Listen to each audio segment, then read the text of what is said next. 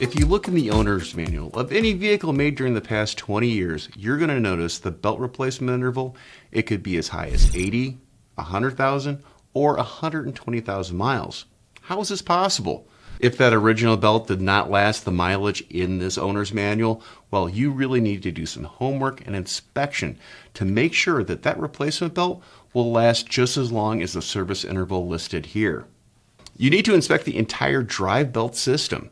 You need to look at the crankshaft pulley, you need to look at the idler pulleys, you need to look at the alternator, and also the power steering pump, all the areas that the belt makes contact with.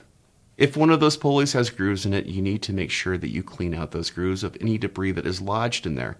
If this is not done, that new belt, well, it's not going to be able to rest in the grooves as well, and it's not going to be able to grip the pulley as well as the original belt.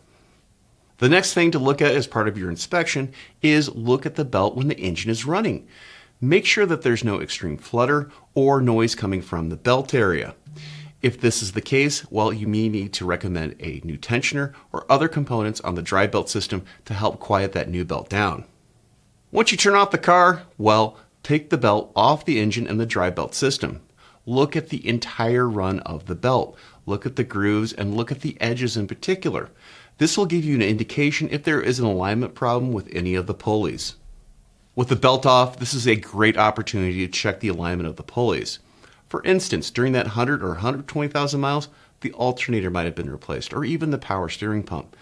If that was not properly replaced and the alignment of the belt is off, well, you could have issues.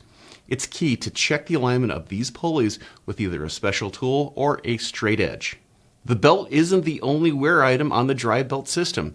Idler pulleys, tensioners, and even decoupler pulleys can wear out in the life of the belt, and it's critical that you renew these components so the new belt can last just as long. If you look at the replacement interval, not only do you see mileage, but you also see a time period. If a vehicle has low miles, but the belt is at that interval period, you may want to replace it. Simply because underneath the hood of a car, it's a very rough environment. Hot and cold and heat cycles damage the internal chemistry of a belt and also the structure of it. It may be a vehicle has very low miles, but it's experienced a lot of heat cycles where the owner has gone a very short distance, where the engine has warmed up and cooled down, more than a belt that may have gone 200,000 miles. So on that rare occasion that you get a vehicle in your shop where the belt has failed before the factory interval, you need to do some detective work.